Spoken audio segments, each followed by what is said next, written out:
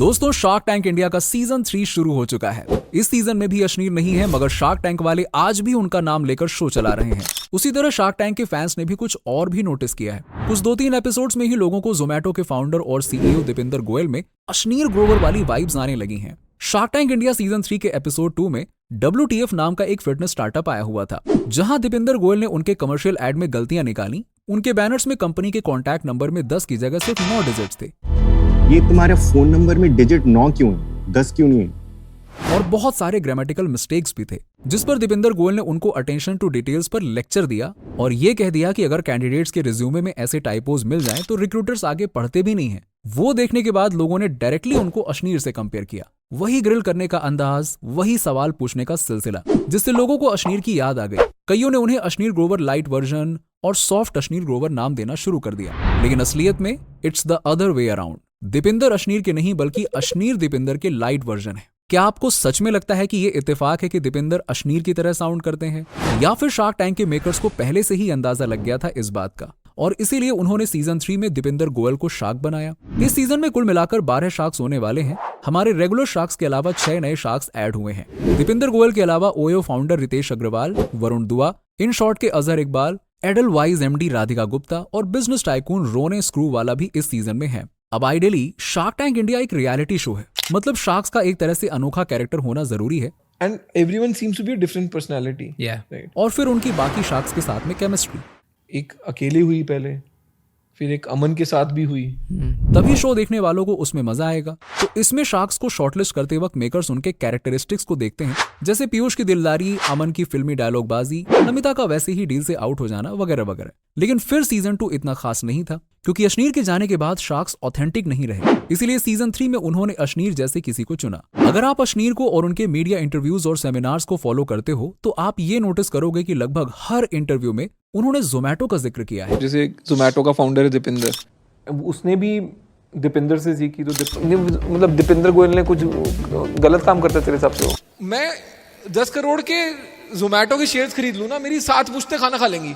अश्नीर ने जोमैटो को बहुत करीब से देखा है और सिर्फ जोमैटो को ही नहीं बल्कि जोमैटो को चलाने वालों को भी करीब से पहचाना है। दीपिंदर गोयल और अश्नीर दोनों ही IIT दिल्ली के एल्यूमिनाई हैं। अश्नीर ने IIT दिल्ली से सिविल इंजीनियरिंग में बीटेक किया है। वो 2004 बैच के पास आउट हैं और दीपिंदर गोयल उनके 1 साल बड़े सीनियर थे। 2005 में ग्रेजुएट होने के बाद दीपिंदर ने 2006 में बेन एंड कंपनी में सीनियर एसोसिएट कंसल्टेंट के तौर पे ज्वाइन कर लिया। बेन एंड कंपनी एक मैनेजमेंट कंसल्टिंग फर्म है। चूंकि वो कंसल्टिंग फर्म है तो वहाँ प्रोडक्ट्स नहीं होते हैं, वहाँ प्रोजेक्ट्स होते हैं। तो प्रोजेक्ट खत्म होने के बाद बहुत सारा टाइम फ्री मिलता है। दीपिंदर को ऐसा ही 10 दिन का ब्रेक मिला था। Those 10 days I coded this stuff up, scanned menus and stuff. तो उन्होंने फूडी बे करके वेबसाइट बनाई जो बाद में जाकर जोमैटो बनी।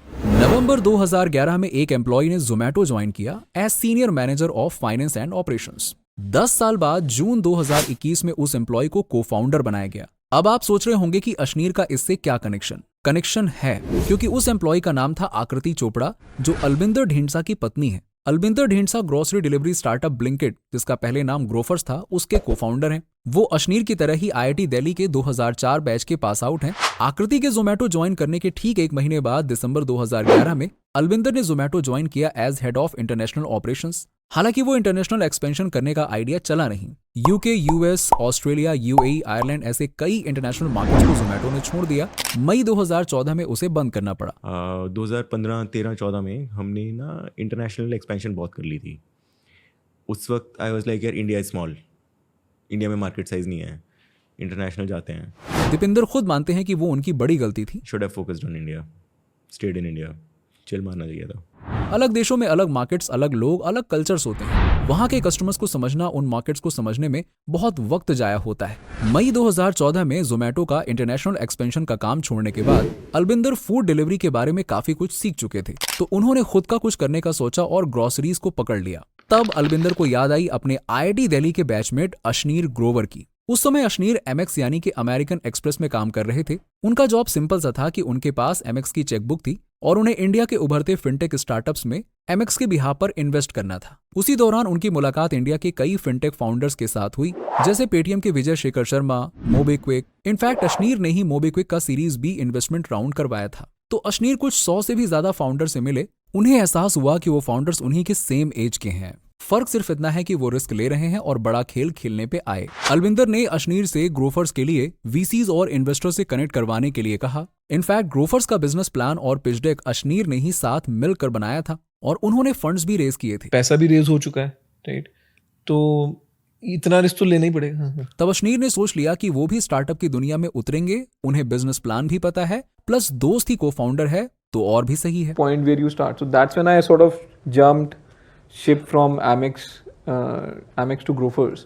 मार्च 2015 में अशनीर ग्रोफर्स के सीएफओ बने और 2 साल तक बिजनेस चलाते रहे।